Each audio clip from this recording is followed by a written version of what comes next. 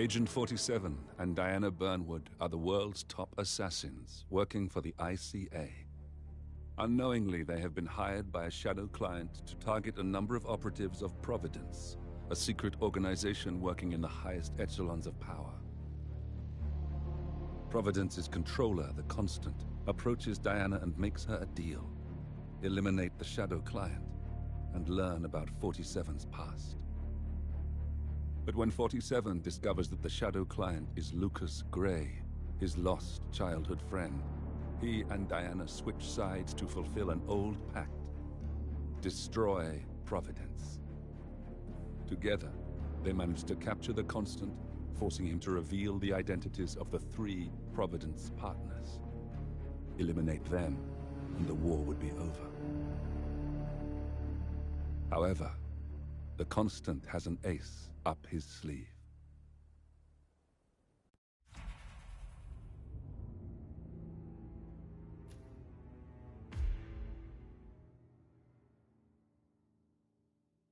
Look closer. In the shadows. Behind the everyday world. Beyond the headlines and the seats of power. A hidden hand.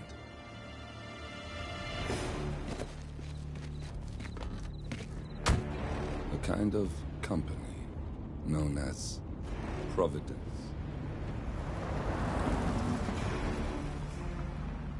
To it, we were just assets. To use and throw away. To do the unthinkable. The unforgivable. And it never gave us a second thought. Until now. After decades in the shadows, we are fighting back. Me and 47. Much has been lost, but we are closer than ever. We trapped the Constant, Providence's chief controller, and finally learnt the names of its 3 partners. In their downfall, we lay the past to rest. And, just maybe, look towards the future. 47. It's time.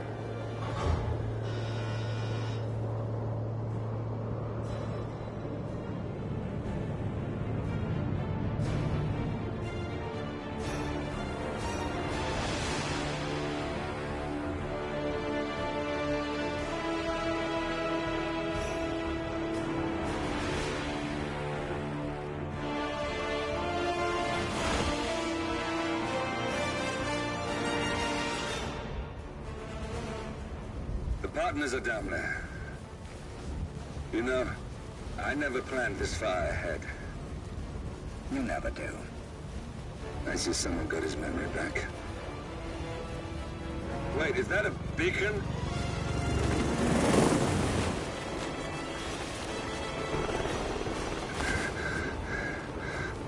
What the hell? Base. Alexa Carlisle's helicopter just took off. Confirm target locations, over. Diana, what's the status? Right. We have a situation. Carlisle has left the building. And I think I know why. The Constant has escaped. He persuaded one of the sailors into setting him free. And since then, he's been seizing control of Providence assets and resources. I can only assume Carlisle is rushing to contain the damage. If she slips away again... We'll keep track of her. Make sure she doesn't. Meanwhile, the plan stays the same. Your destination is the Scepter, the world's tallest building where the partners are laying low, courtesy of their host, Sheikh Omar Al-Ghazali. Marcus Stuyvesant is 5th-generation old money. His family made its fortune in real estate and banking, and were at one point the chief landowners in New York. Carl Ingram is a powerful Washington kingmaker whose family grew rich selling gunpowder during the American Civil War, and later established a globe-spanning empire in oil, coal, and steel. Both families long since retreated from public view, but their quiet dominance endures to this day. Now, the partners likely suspect that we're coming, So Mr. Grey will infiltrate building controls and disable all electronic doors and elevators. Stuyvesant and Ingram are about to find they have nowhere left to run. Right. This is our moment, 47. Providence ruined our lives with the flick of a pen. Today, we return the favor. Happy hunting.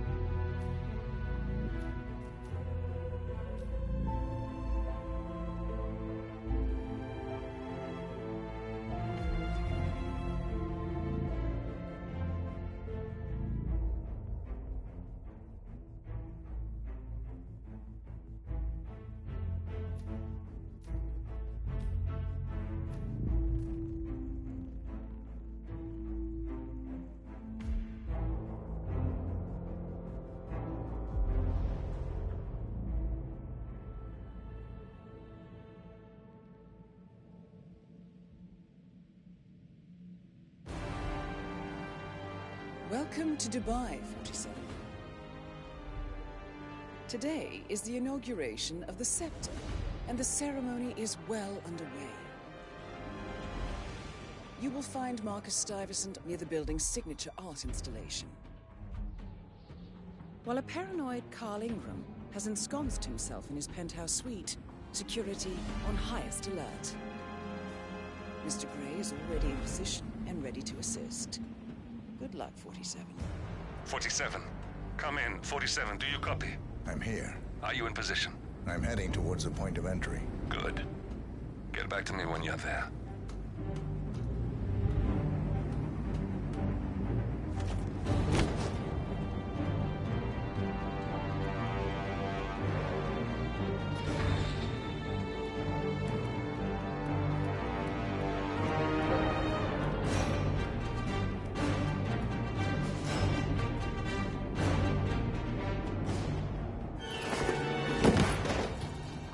Locked. 47, use your camera and scan the lock, will you? I think I can override the Windows controls from here.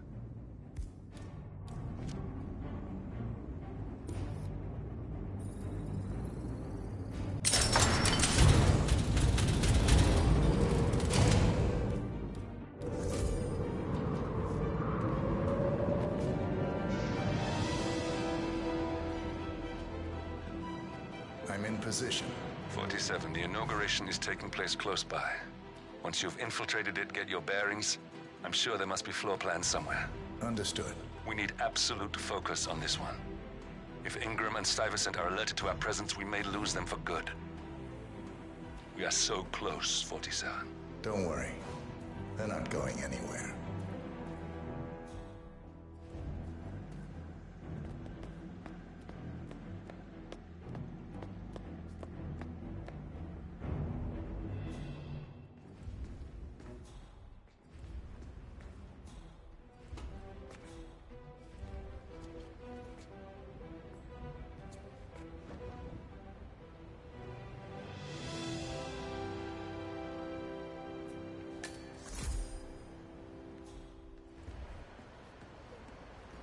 Welcome to the barge Al-Ghazali.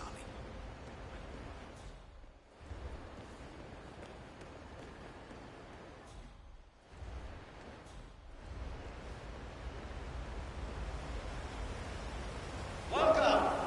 Welcome. Hello! Good to see you. How lovely to see so many friendly welcomes. Familiar faces here, sir. This has been a dream of mine for a great many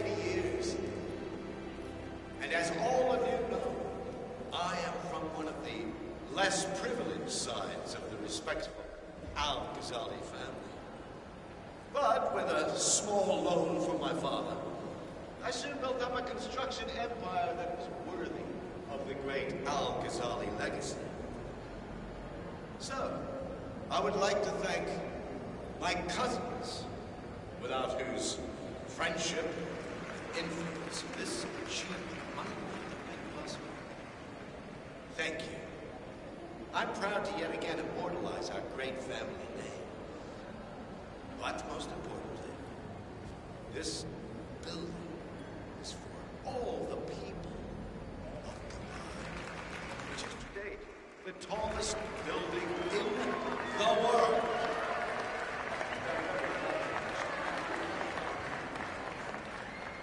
So, I'm humbly proud to open the Burj Al Ghazali. Oh, not like that. The scepter. Now, please, be my guests and celebrate. And thank you.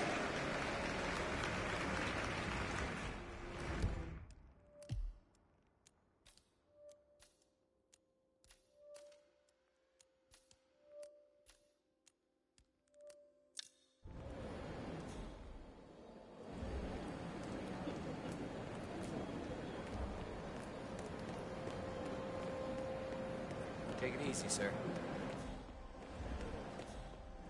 They seems most. They don't look. Listen, I want to talk to the partners directly. Make them understand why all of this is happening. And that terminal gives me an idea. There's a server room near the Sheikh's personal reception. If you can gain access to it, we might be able to recover useful intel from it. We'll have to work together to hack the system, but it's our best shot.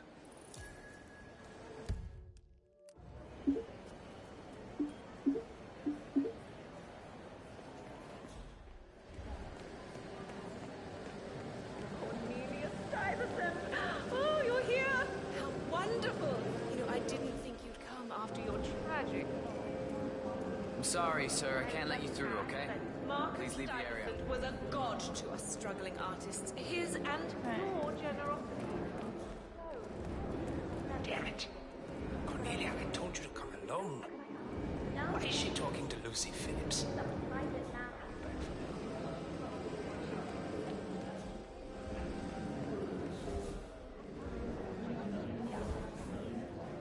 Weird. Go on through, sir. Enjoy.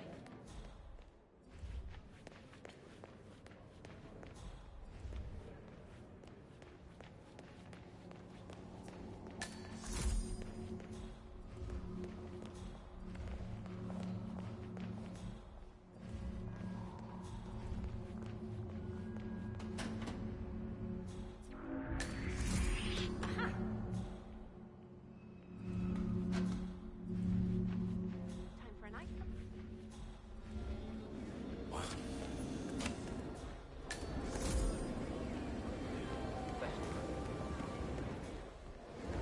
Greetings, sir.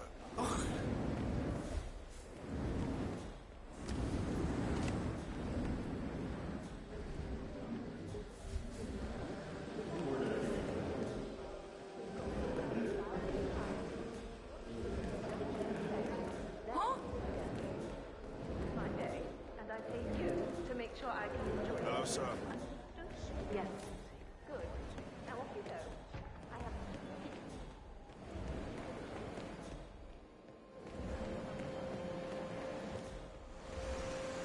Sheikh Al-Ghazali.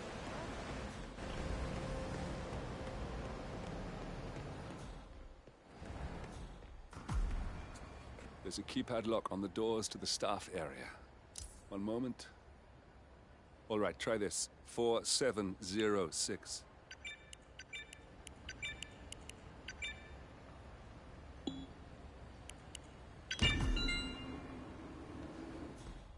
There's quite a bit of security here.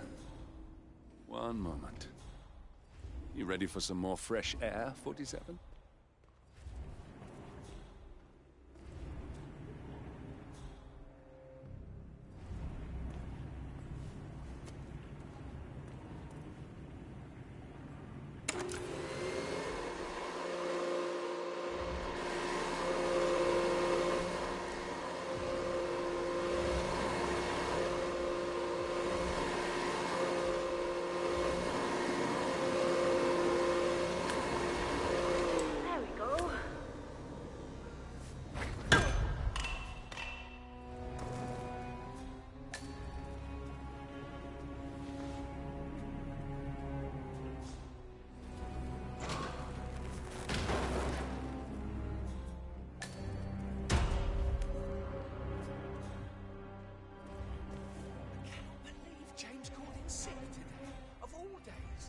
His Highness has everyone working triple shifts. There's so much going on here. I've had 4 staff update meetings already. And now that crazy manager called us into another meeting, so now we've got to memorize new lists of guest names, new passwords for the terminals, and new special dietary needs. I mean, there's an actual limit to the amount of information the human brain can contain, and I'm pretty sure I've hit it. And to top it off, they just told us we wouldn't be getting overtime payment because we're just expected to be here. Can you believe it? God, could this day get any worse?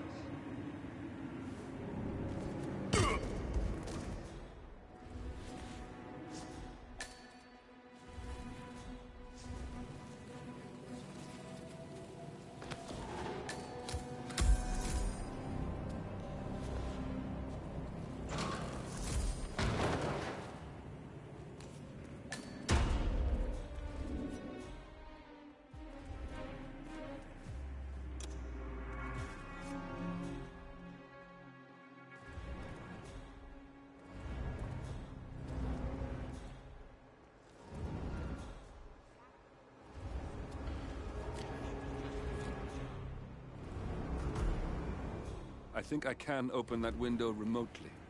Scan the lock with your camera and I'll have a try.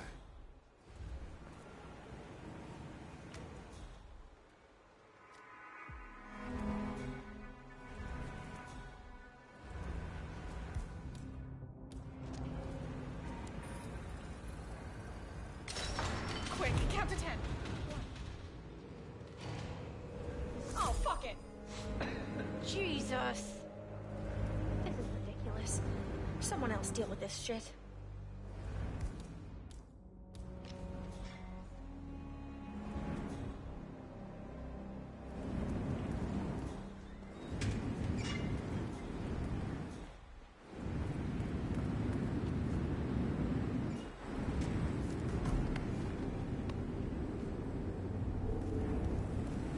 Sheikh Al-Ghazali is reaching out to his worldwide network of lawyers and financial contacts, attempting to restore the lost power base of the Providence partners. If Ingram and Stuyvesant were asked to a meeting, thinking they'll be told of new developments, I suspect they'd jump at the chance. There's a lounge area at the top of the building. It can be sealed off for private conversations. If we lure the targets there, they'll be trapped.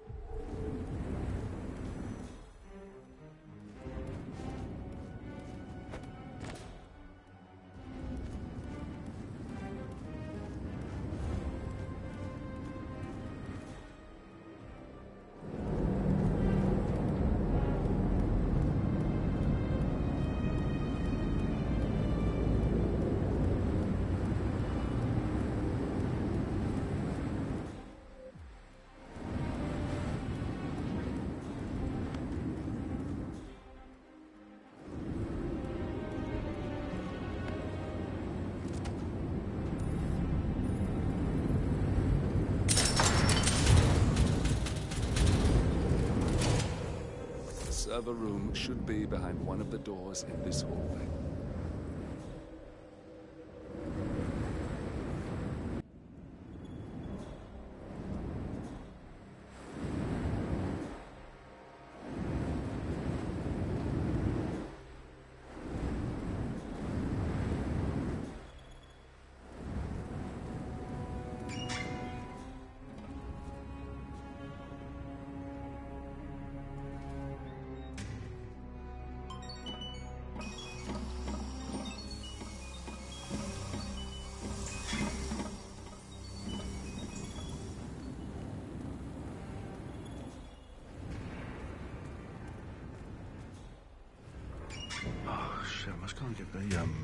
from what did I say? I can't remember what it was now.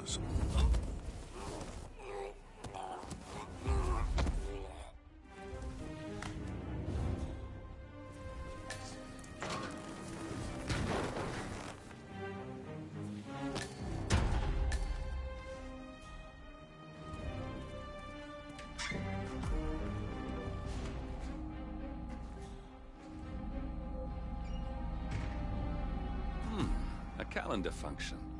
We can use this to summon the partners to a fake meeting, 47. All right, I'm no hacker like Olivia, but I think you need to pull one of the racks here to gain access to the terminal.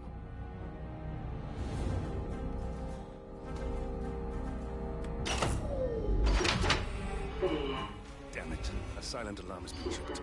Security is on its way. Hide, 47.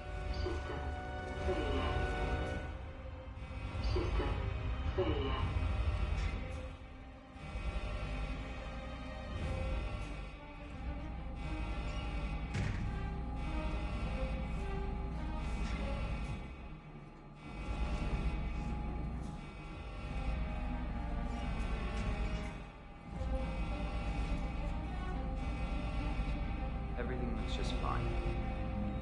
Damn IT guys and their stupid equipment. I'm sick of coming down here. System online. Yes, sorry about that, 47. Let's try again, shall we? I think I've got it. We'll need a keycard to gain access. Someone in maintenance should have one we can borrow for a spell.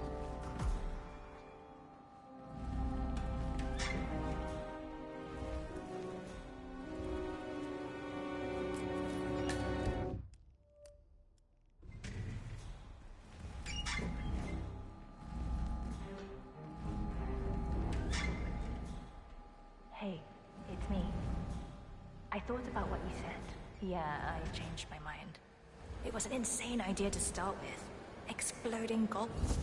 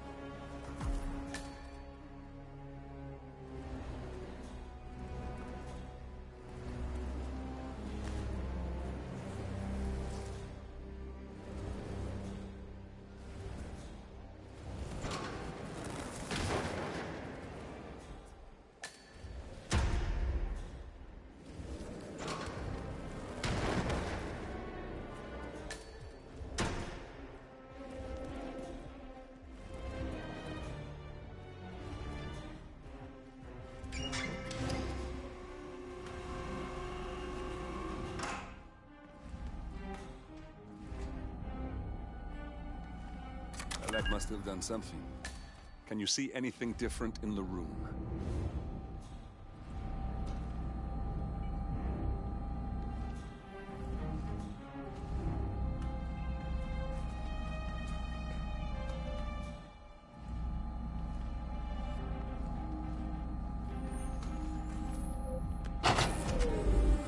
Good. We're in. Now all you need to do is access the terminal and use the calendar option to summon the Providence partners to a meeting.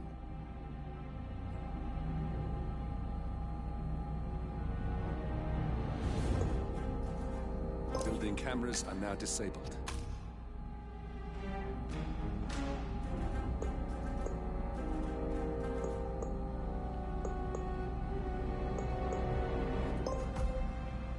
Good work. The meeting has been booked. The partners should be moving up here shortly. Huh. Looks like the lounge can be sealed off for private conversations. Andy? Excellent. I see the partners moving. You should join their meeting. Time to end this, 47. Cameras are showing a lot of guards up here. They wouldn't suspect one of their own, though. Hello, sir.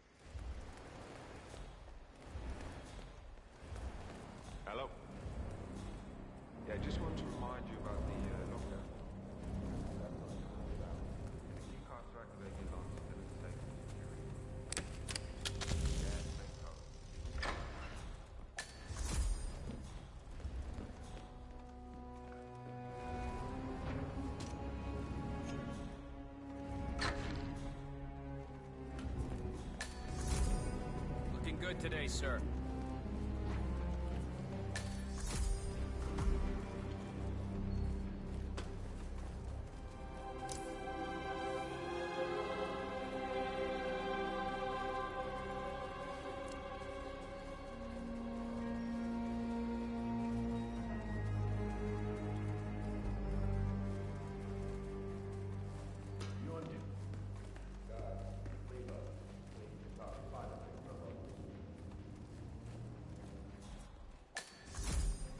Now we'll just wait for the partners to be alone.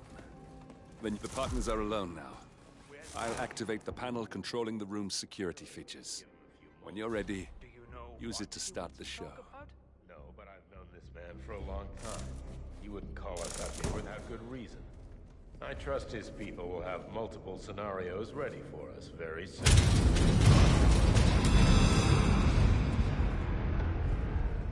What's this? Carl? Did you do that? I certainly did not. I have no idea what's going on. Gentlemen. What's the meaning of this? You're the one responsible for all this. Gray, what do you want? Something that has been a long time due. Revenge. Revenge? How banal. You killed Cobb, Nabokov, Caruso, the Washington twins, everyone at Haven. You broke into our bank, and you outed Providence to the world.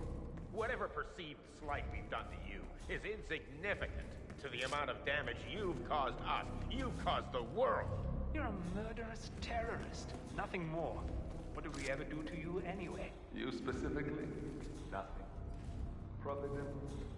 Everything. Providence made me, and at the flick of a pen, Providence broke me. I'm just returning the favor. Providence has ruined the lives of countless people, expecting and facing no consequence for its actions. You take for yourselves and those who support you, and you burn everyone and everything else to the ground from the comfort of the shadows. No more. You're delusional. Exposing us achieved nothing beyond moving a few pieces around on a board much more complicated than you can fathom. The world believes you.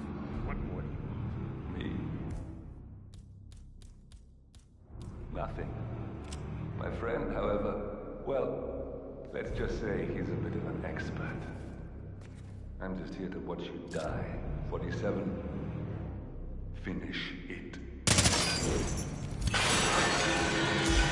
47. Finish it.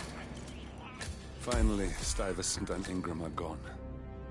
Providence is no more than a bad memory. 47. Thank you. I'll meet you at the rendezvous on the edge of town.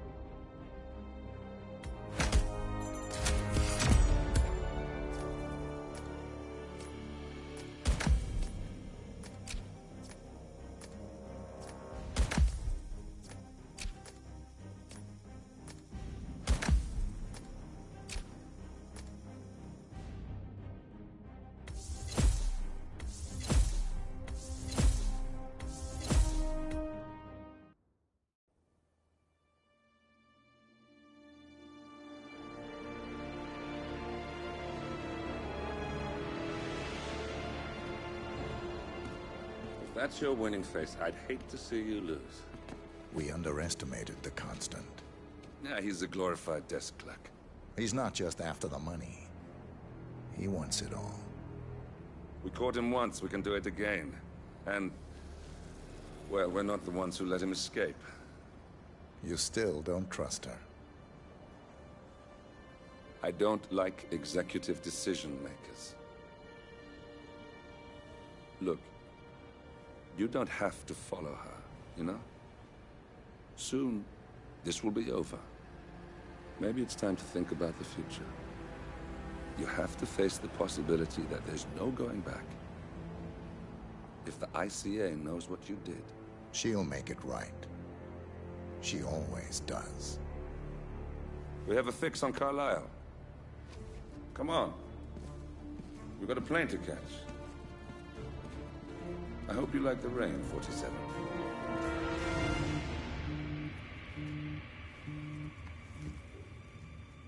Miss Burnwood. How did you... I have everyone's number. You really ought to know by now. You planned this? All of it? Don't be silly. I just played the hand I was dealt. We'll find you. You had me. Where'd that get you? We handed you an empire. It's for the best.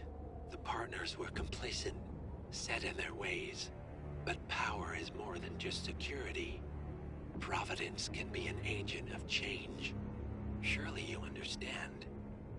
Or you will. Soon enough.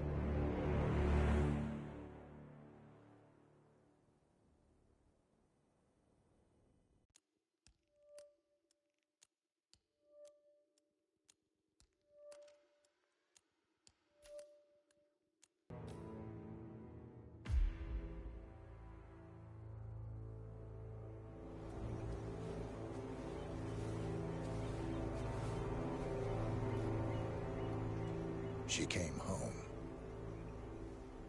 Carlisle's lost an empire. You fall hard enough, you tend to be reminded of what truly matters.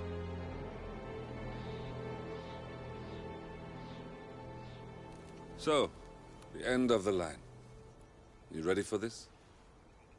Are you? Who will you be, without a score to settle? I guess the world's most wanted fugitive will have to do.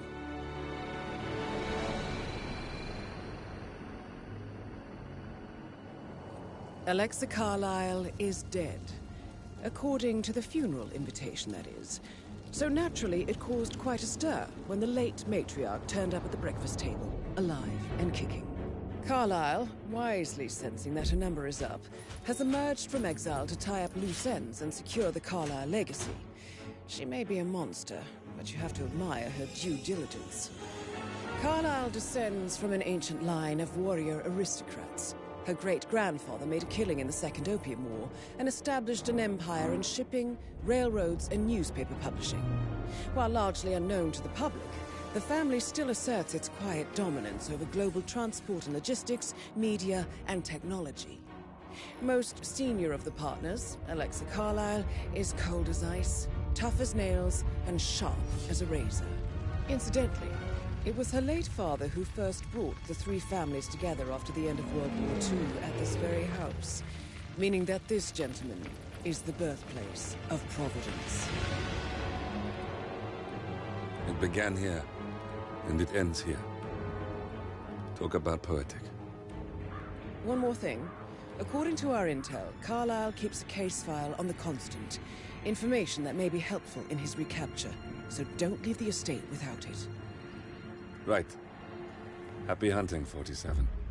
See you on the other side.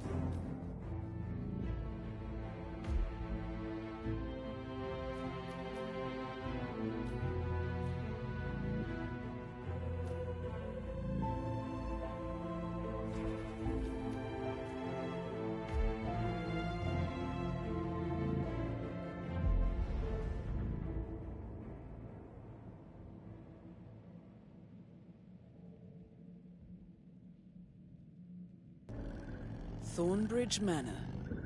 The Carlyle family's home for countless generations. The Revenant Alexa Carlyle and her 3 adult children, younger brother Zachary, grandson and daughter-in-law, are all gathered to conduct Carlyle's sham funeral. Curiously, Carlyle summoned a famous London PI soon after arriving this morning, but his purpose at Thornbridge is yet unclear. Now, the target knows that you're coming, and her guard detail is top-notch. So Mr. Gray will secure their nearby field HQ and intercept all calls going in and out of the estate. Any appeal for backup is going to fall on very deaf ears. Good luck, gentlemen.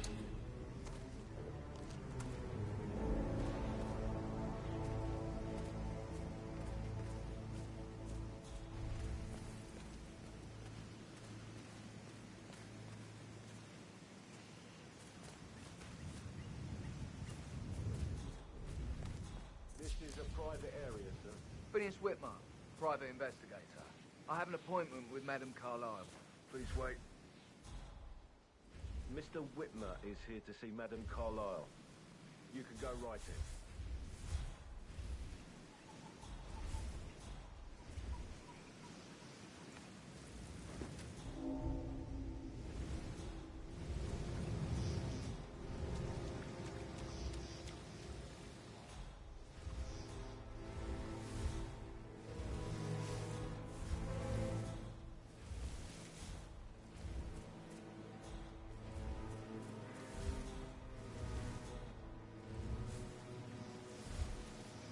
That is Phineas Whitmer, the famous private investigator hired by Madame Carlyle this morning. I'm curious why he's here. Maybe you should do some detecting yourself, 47. A famous private investigator summoned by Alexa Carlyle has arrived at Thornbridge Manor. If you take his place, it may be an opportunity to get close to Madame Carlyle.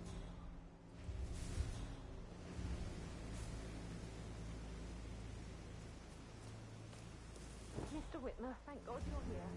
Can I take you to Madame Carlyle? Please do. If you follow me.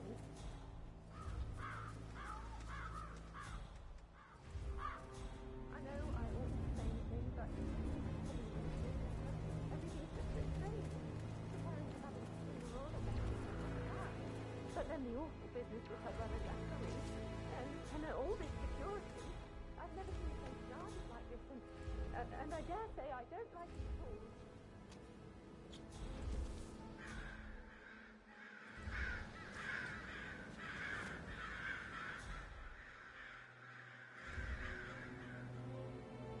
This is what I mean. You have to be patted down before you see Madame Carlyle inside. Or I could just cry.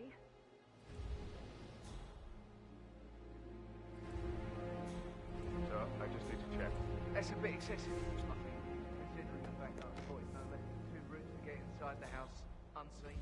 We know what we're doing, sir. Don't worry about that.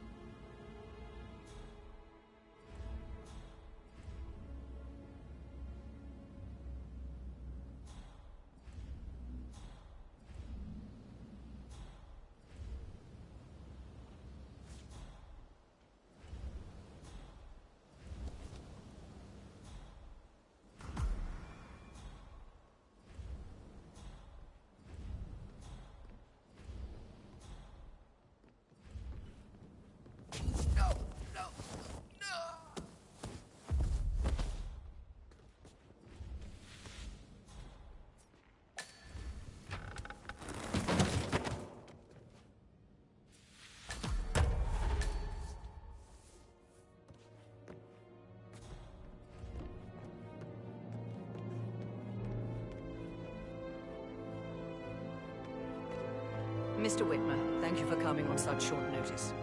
A great tragedy has fallen upon us, and I need a quick resolution, handled with absolute discretion. Results and discretion are my speciality. Very well. I suppose you will want to start at the crime scene. In my experience, a thorough examination of a potential crime scene is half the job done. Good. Fernsby will take over from here. I am Mr. Fernsby, the butler. Madam Carlyle has asked me to assist you in any way possible. Mr. Whitmer, I understand that you've traveled from London. Would you care for some refreshments? Or do you prefer to go straight to Mr. Zachary's sleeping quarters? I prefer to get started. As you wish. If you'll follow me, sir. Just keep calm.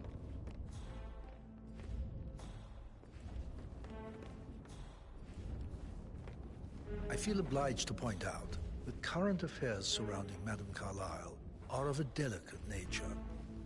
You may be familiar with the recent announcement of her death. You will probably learn that a staged funeral is scheduled to take place tomorrow. Madame's children were not informed until this morning that their mother was in fact not dead at all. So please bear with them if they seem affected by the rather unusual situation. I trust I do not need to remind you that there will be consequences if word gets out that Madame Carlyle is still alive. I'll consider her dead when I leave.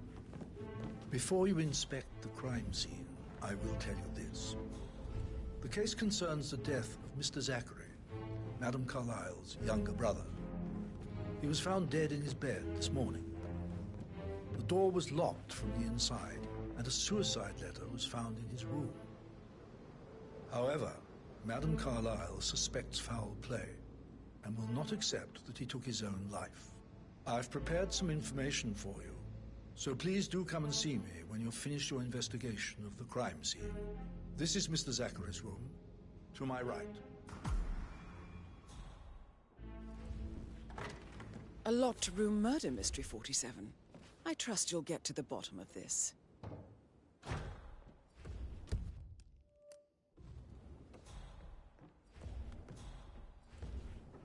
Why don't you use your camera to scan the dead body, 47?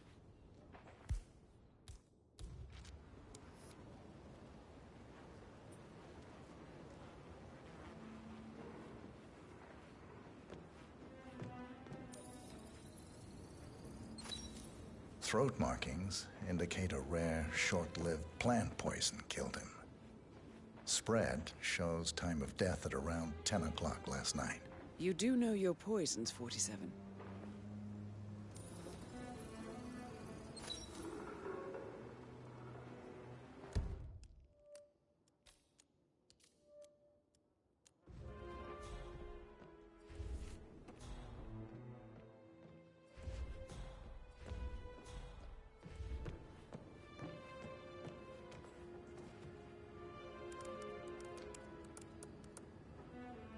Zachary was shopping for new Wellingtons last night. Not exactly what you would expect from someone suicidal. Zachary's suicide note. Also, a sample of handwriting. It could be relevant to compare to other samples to establish its authenticity.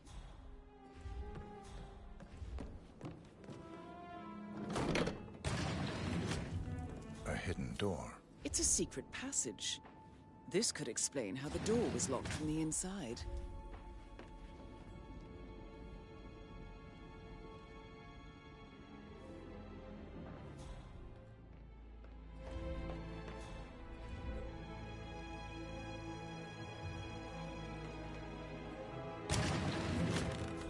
I think the crime scene has more clues, 47.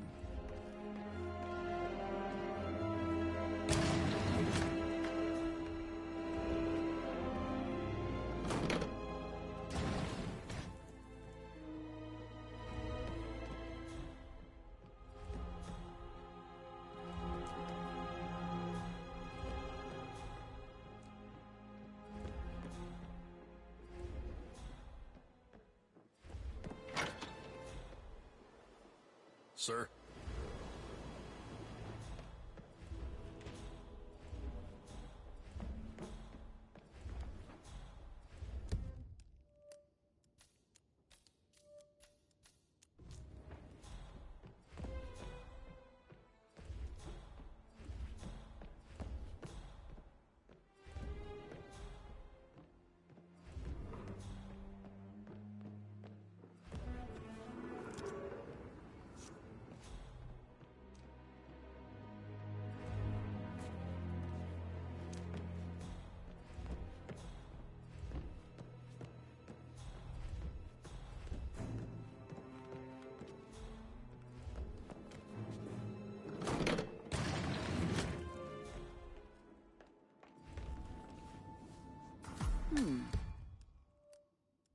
A photocopy of the floor plans. Somebody's been researching the secret ins and outs of Thornbridge Manor. I believe you've done a thorough search of the crime scene, 47. Maybe it's time to see the butler. I'm curious about the information he's prepared for you.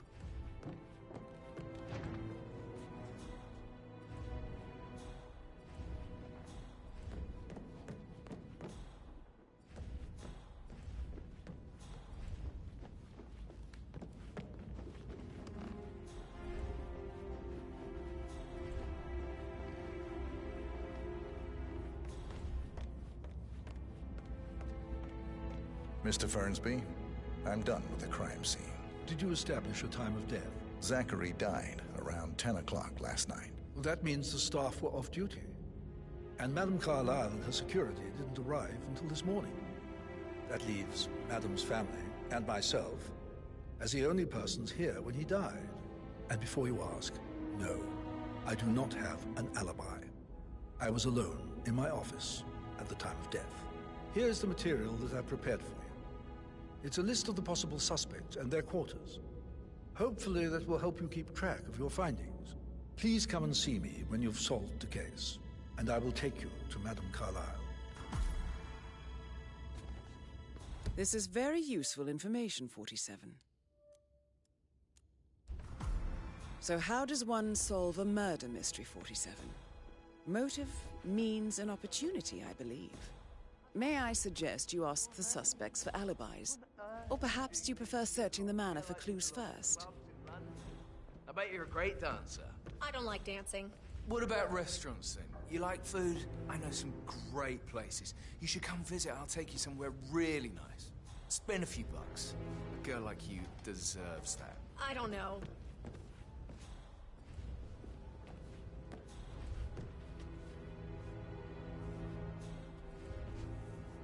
Patrick Making you Carlyle. wash his car twice? Can you tell me where you were Patrick's yesterday parents did evening? not do a very good job. Shit, it's that sneaky butler, isn't it?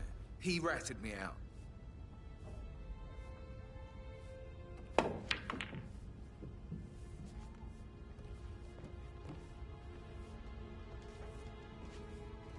Elaine, give us some privacy, would you? Don't tell Mother, okay? She's really tense these days, and the last thing I need is more hassle. I took that pretty blonde, Rosie, for an evening stroll. I mean, how the fuck am I expected to cope for an entire weekend in this shithole? I'm bored out of my mind. So, is that it? What did you think of Zachary? Creepy as hell. No ambition. Imagine deciding to live in a museum. You know, Father says Zachary and Alexia used to be two of a kind. He had a great future ahead of him. Then suddenly, he just gave up everything. What an idiot. Thank God Daddy chose looks and brains over pedigree when he married Mummy. I don't have to worry about the inbreeding so customary in these circles. If that's all, I think I'll get back to my slow death by boredom. Did you see anything suspicious last night? No. I reckon Zachary topped himself. I know I would have. Or perhaps Mr. Fernsby. I don't like him. He could have done it.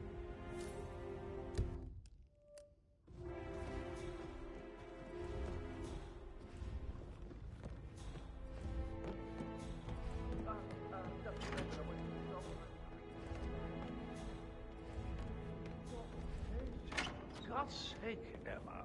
But why don't we get any kind of explanation? It's bloody rude, that's what it is. Making us come here to play funeral and then show up like nothing's the least bit strange. Oh, don't get your knickers all twisted. I'm telling you, she's not fit to be in charge anymore. Gregory Carlyle, can you tell me where you were yesterday evening? Oh, you're wondering about my alibi, Mr. Detective. Well, I left Thornbridge around 8:30 for a pint with Edward. I wish I hadn't. Quiz night at the inn. On the other hand, staying here with Zachary, my obnoxious sister, and the wife sporting another one of her headaches would have been a fate worse than death. The short of it, Zachary was very much alive when we left. I stayed for the last shout, and I was back here just before midnight. Is that all? Not very thorough, are you? Tell me about Zachary. Zack? Huh. Such a sad old sod. A bit heavy on the bottle, but who could blame him? Only company he had was his rare plants and mother, who travels more than she stays here. Honestly, I can't say which is the bigger bore. He's better off dead. Anything else you want to pry from my intricate intellect? Anything else you'd like to tell me? Nothing, really. I'm just enjoying the show. Our perfect mother obviously fucked up, didn't she? Faking her own death. You know, she's explained nothing to us. I think she's scared to own up to her own mistake.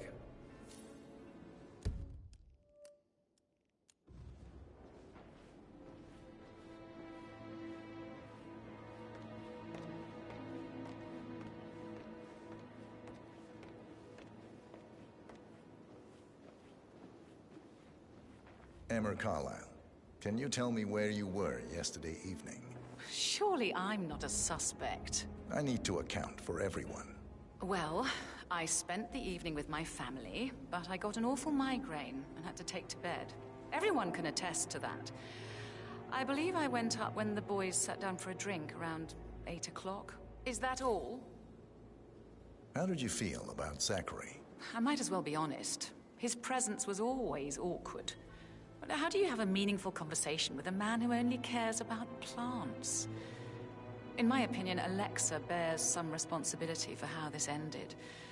She supported his self-limiting behavior by letting him live here. Anything else you want to know? Have you noticed anything else out of the ordinary? Nothing special comes to mind. Except, perhaps, I did get a feeling that Zachary was depressed, not just sad. I suppose he realized that he had no one with Alexa gone. Even Alexa must feel the pangs of guilt over that one, letting him believe she was dead. Then again, guilt isn't her strong suit.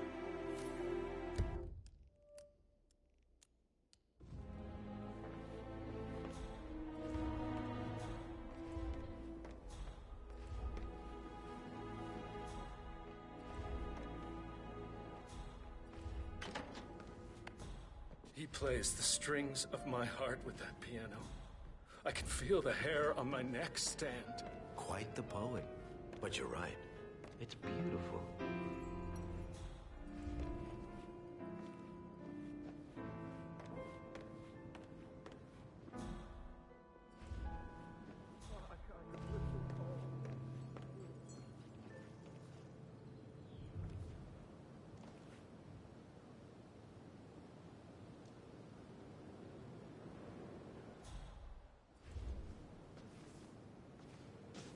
Professor Edward Carlyle, can you tell me your whereabouts for last night?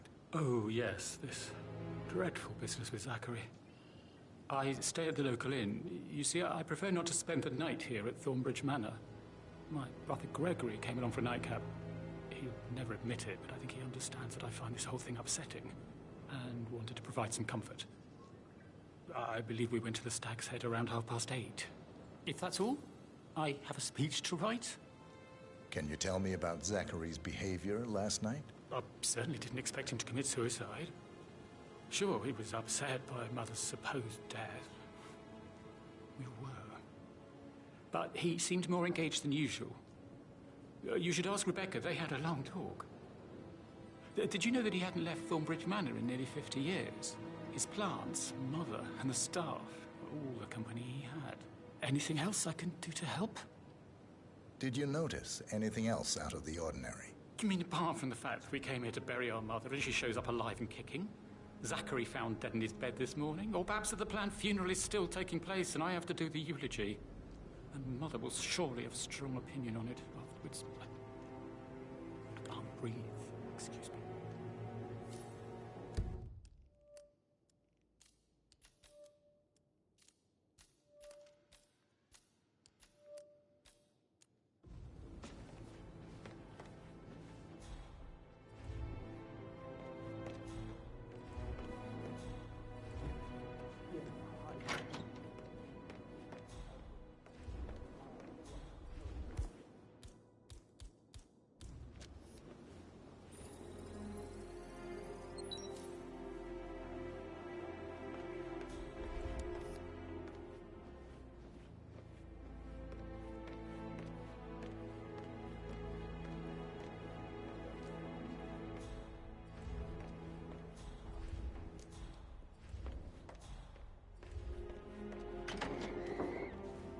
Rebecca Carlyle, can you tell me about yesterday evening?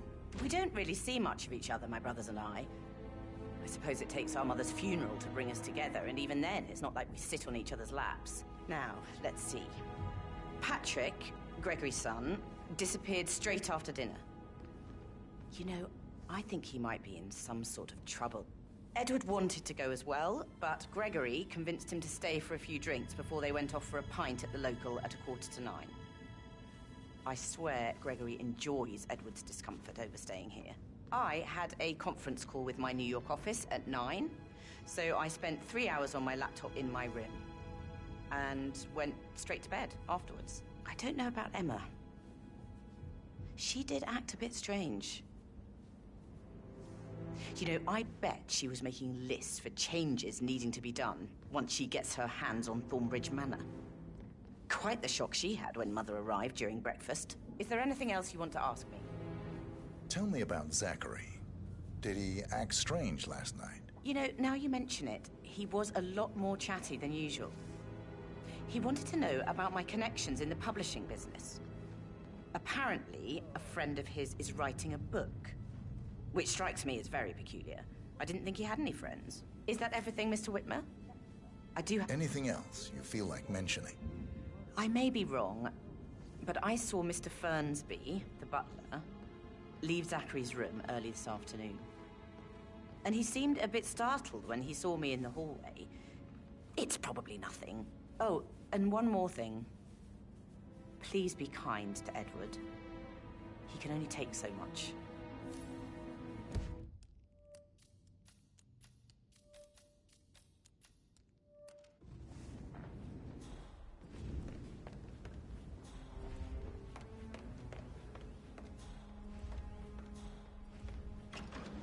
Fitzpatrick token to Madame Carlyle's daughter. Rebecca? Yes. She's insistent, that one. She kept asking all kinds of questions. Who had the other one? Why I gave it to her, that sort of thing. You did make sure she didn't see you give the other one to the butler? Of course.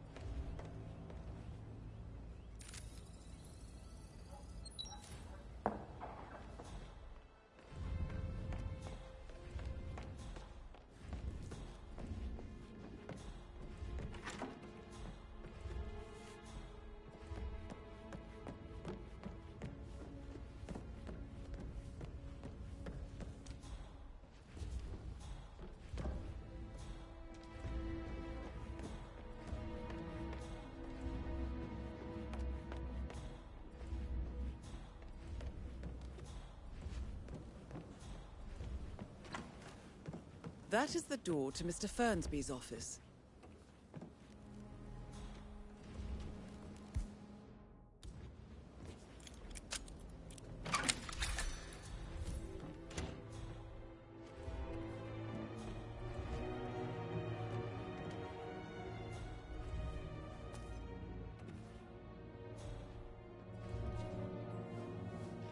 Zachary's diary. This is big. He was about to confess to the world that he and Alexa murdered their older brother Montgomery 46 years ago. And apparently, Mr. Fernsby helped make the murder look like an accident. And 47, the handwriting doesn't match the suicide letter in his room, proving he didn't write it himself.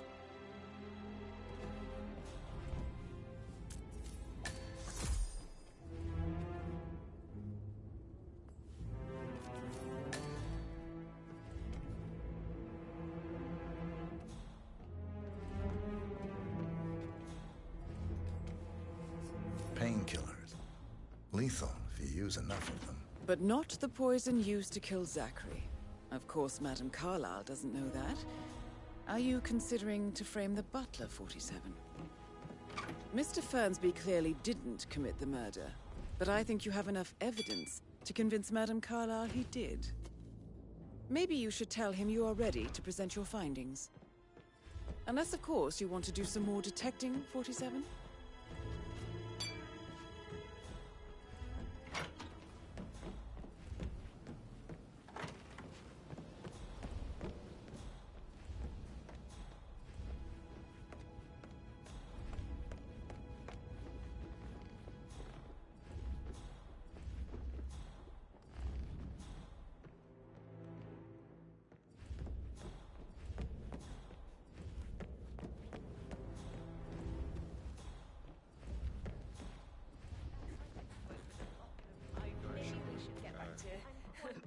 Yeah.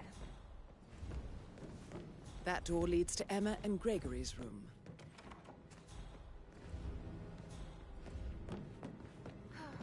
I bet he's stringing all the girls along like that anyway.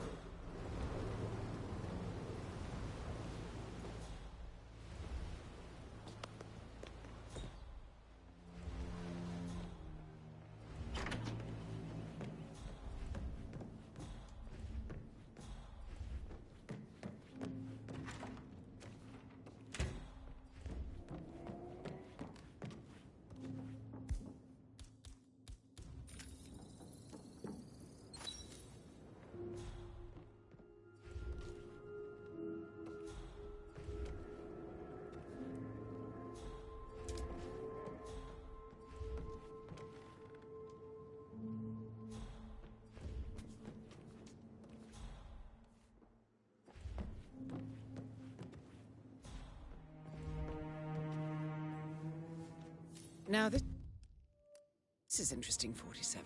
A letter from Emma's mother stating that Emma is the illegitimate child of Alexa's late older brother, Montgomery.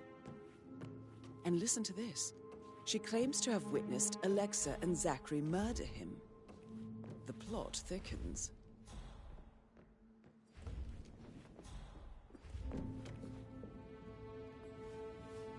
A keychain pendant for the greenhouse. What's that doing in Emma and Gregory's room, I wonder? And why is the key missing?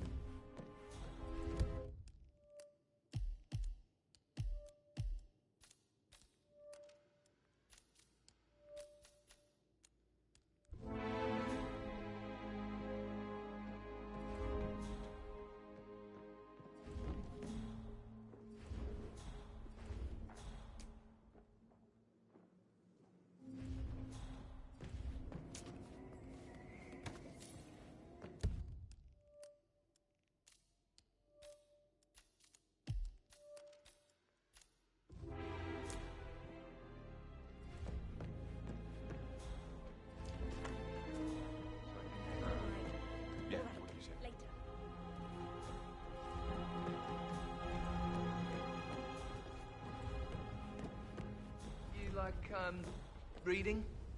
You look really smart, in a good way, I do like reading. Really? I like reading too. I read all the kind of literature and such. That's nice. Yeah.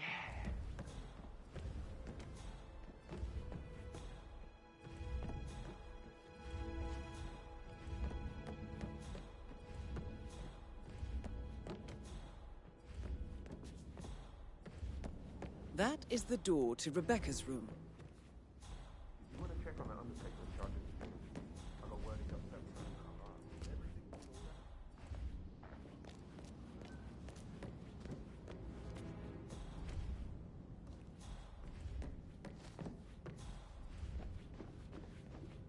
How are you?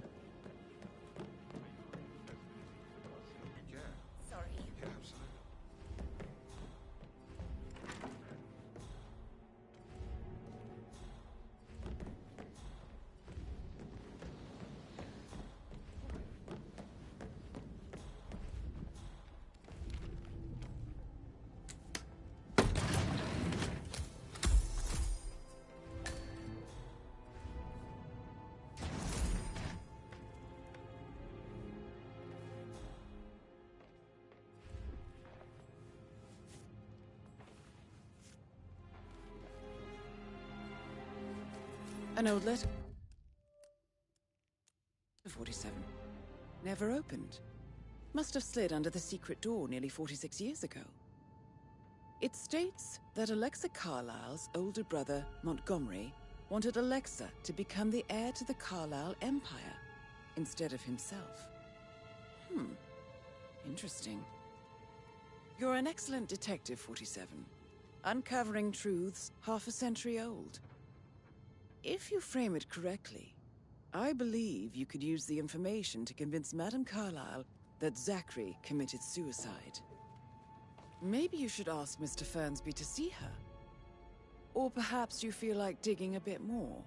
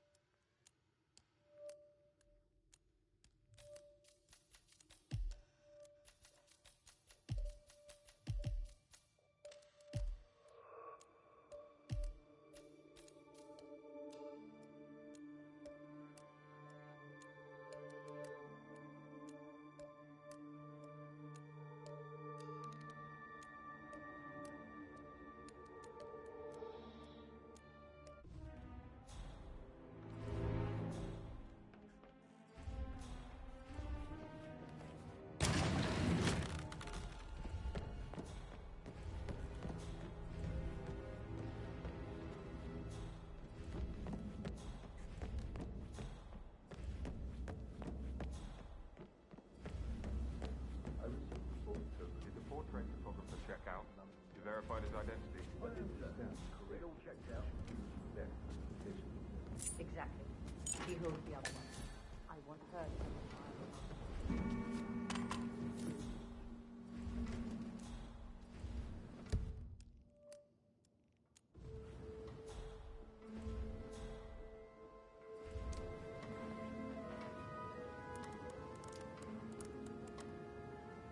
I can see from the log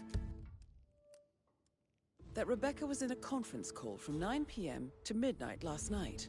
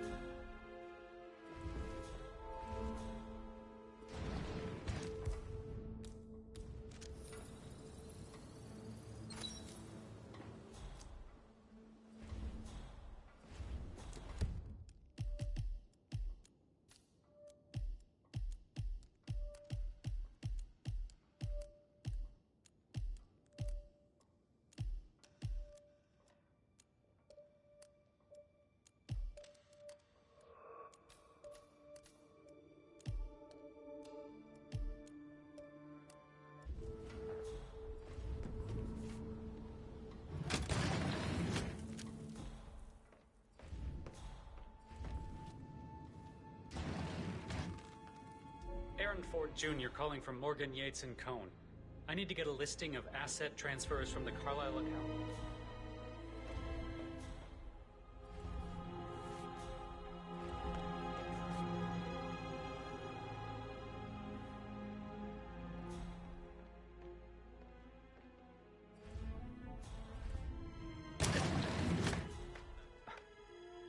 Right. I'll double check and get back to you.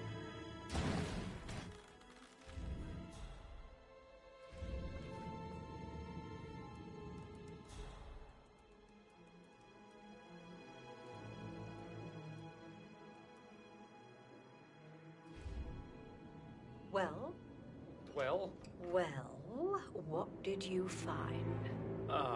Yates better well have a damn good reason for not being here in person. Christ! You really don't have a clue, do you? I'm talking about that weasel, Arthur Edwards. Can we get back what he stole from me? So far, it looks like we can't. All the transfers of funds and privileges I've been through have been bulletproof. He intercepted the arrangements our office worked years to put in place. That's why Don Yates should be here. He made the arrangements. He should bloody well be the one to clean up this whole mess. I don't know what to say. I'm sorry. Don't kill the messenger, Alexa. Please, continue your efforts, Mr. Ford.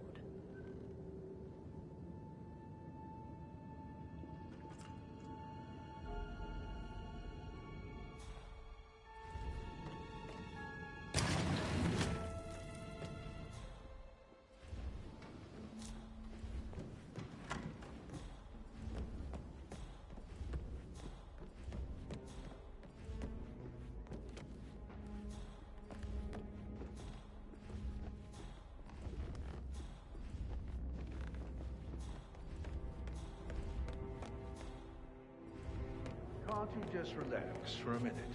And that solicitor upstairs, why do you think he's here? I think solicitors are Mother's favorite kind of people. Can't remember ever having a family event without one tucked away in a room somewhere. Due diligence always trumped the family. I think he's here to cut us from her will. Very ridiculous. Imagine the scandal if the firstborn son didn't pick up the torch. That will never happen.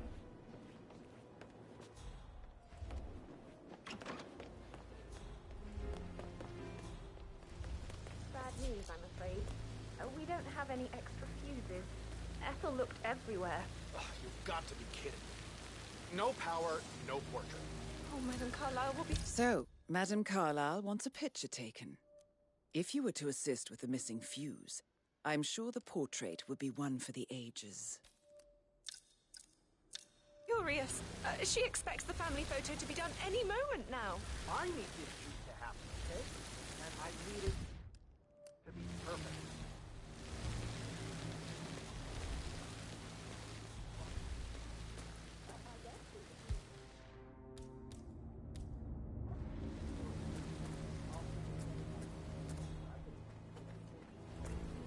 I don't believe for a second that Zachary committed suicide. We'd only just run through his plan for 3 weeks yesterday. But he was upset believing his sister was dead. I'd say worried about how things would be handled with Gregory and Emma taking over. I said they let him stay.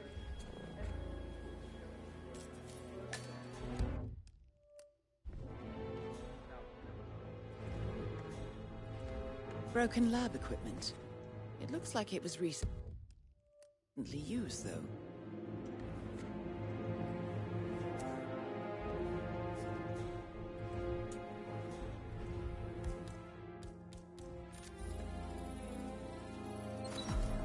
This is a table showing lethal dosages for the poison used to kill Zachary. Something is circled 47. Female, age 65 to 79, 60 to 64 kilograms. I'd say Madame Carlyle is next in line for a poisoning. You have uncovered enough evidence to tell Madame Carlyle that Emma is the murderer. Quite the detective, 47. I'm impressed. I suggest you go tell Mr. Fernsby.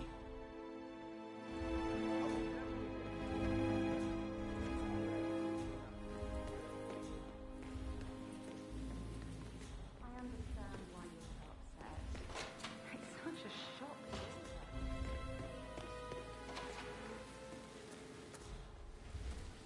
Just stand up, please. Maybe I should ask her out. Get to know.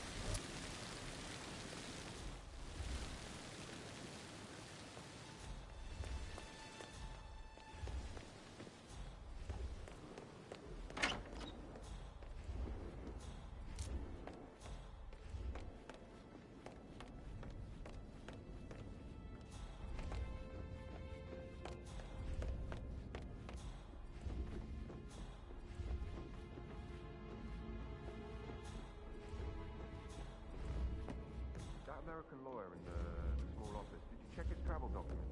I vetted him thoroughly. He's good.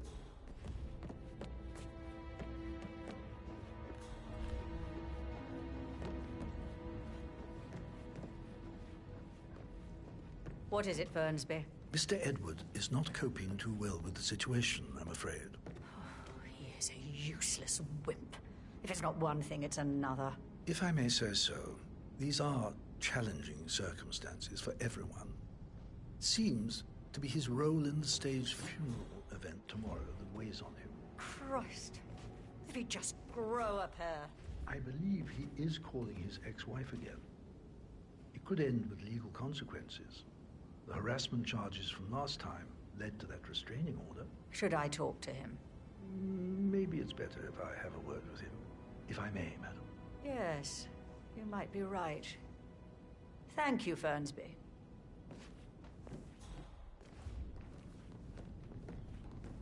I'm ready to present my conclusion to Madame Carlyle. Very well. Hello there, if you'll follow me, sir.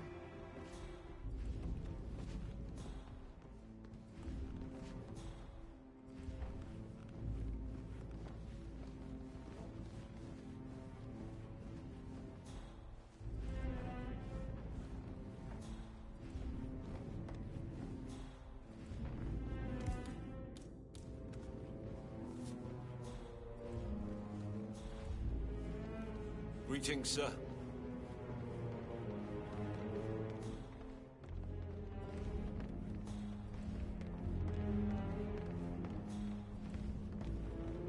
Are there any gardeners outside? This is Madame Carlyle's office. Please step inside. Talk to Mr. Fernsby. He's in charge of the staff. Be careful. Part of the job. Your detective skills have gained you access to the Lion's Den, 47. Now, go claim your reward.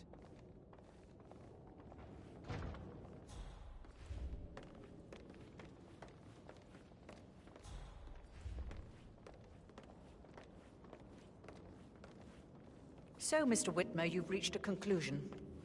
Take a seat. Please, go ahead. Your brother committed suicide. I need to see some evidence to believe that, Mr. Whitmer. Zachary was found dead in a room locked from the inside. He died from a rare poisonous plant he cultivated himself. He believed you were dead, and a suicide note explained that he did not have the courage to go on without you. That's what I don't buy. I cared for him deeply, but the truth is he hated my guts. My death would not make him commit suicide, I can promise you that. Perhaps the death of your older brother, Montgomery, then. I have found evidence showing that you and Zachary killed him nearly 50 years ago. I believe that was when Zachary turned recluse. Your brother recently uncovered proof that your past deeds were for nothing. A letter from Montgomery stating that he wanted you, Madame Carlyle, to take over from your father instead of himself, as you were better suited to the job. Everything would have turned out the way you wanted, without anyone dying. What broke Zachary once, now destroyed him. And you saw this letter? I did. Oh, Zachary. How royally I fucked up. Mr. Whitmer, I'm sorry, I just need to gather my thoughts. Right. The payment for your services, have you decided on an amount? Arthur Edwards. You have a file on him. Arthur Edwards? How do you... I see. Well played. For many, many years I feared what I'd see when I finally met death. And now you sit before me, and I feel only peace. You see, I believe life is a fair fight, and I lost spectacularly in every way imaginable. It is time for me to leave the pit. Oh, before I get to that, your reward. The file you want is in the safe.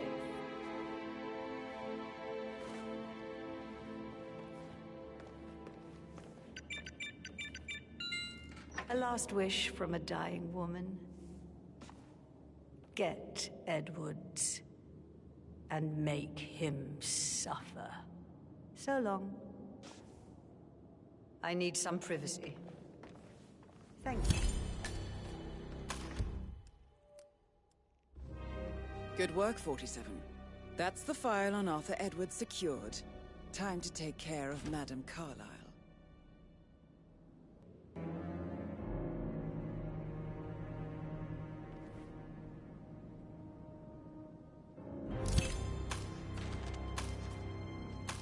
Mission complete. Well done, 47. Not that I know of, no. Just want to keep Madame Carlyle safe. I like to know about these details. I can't forget his arm.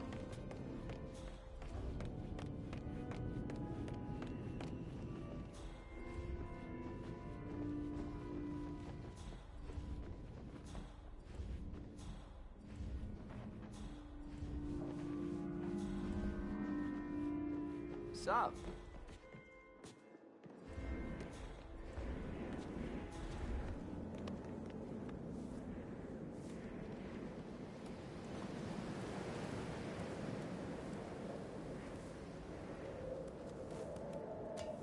On top of everything, Rosie thinks she's in love with young Patrick.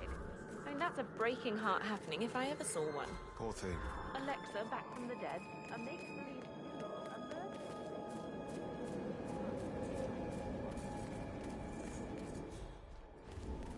I heard Mary fainted when she heard Madame Carlyle was still alive, and she didn't even see it herself. It was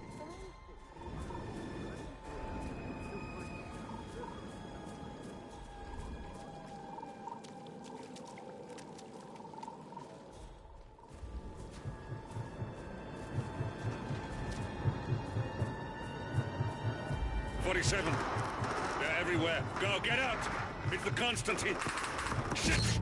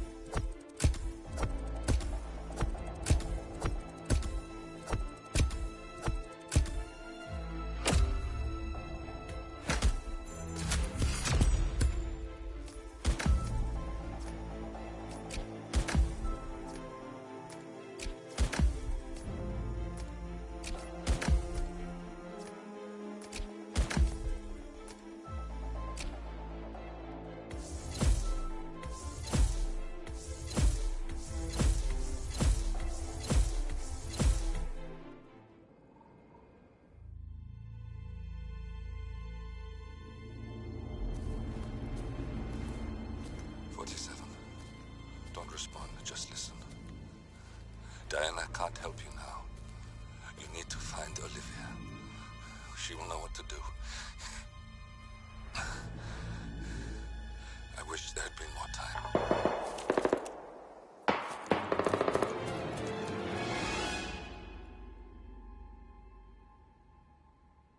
And then there were none. Thank you, Miss Burnwood. Now, it's my turn.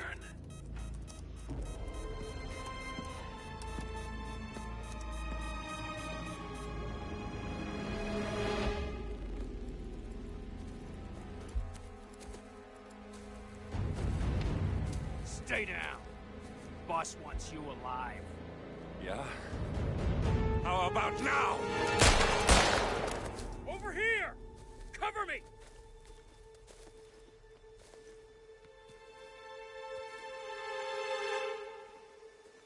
Walk away! Or what? You gonna take us all on? Don't. Tell the Constant to start running!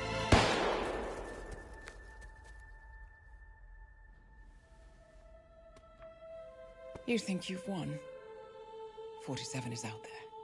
And 47 never misses his mark. Neither do you, Miss Burnwood. That's what makes you valuable. You're delusional. You think I would betray 47? Trust me, you owe him nothing.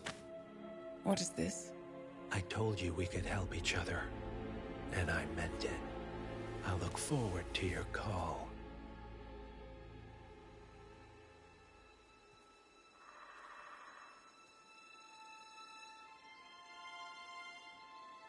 Gray is gone. Go to Berlin and stay out of sight.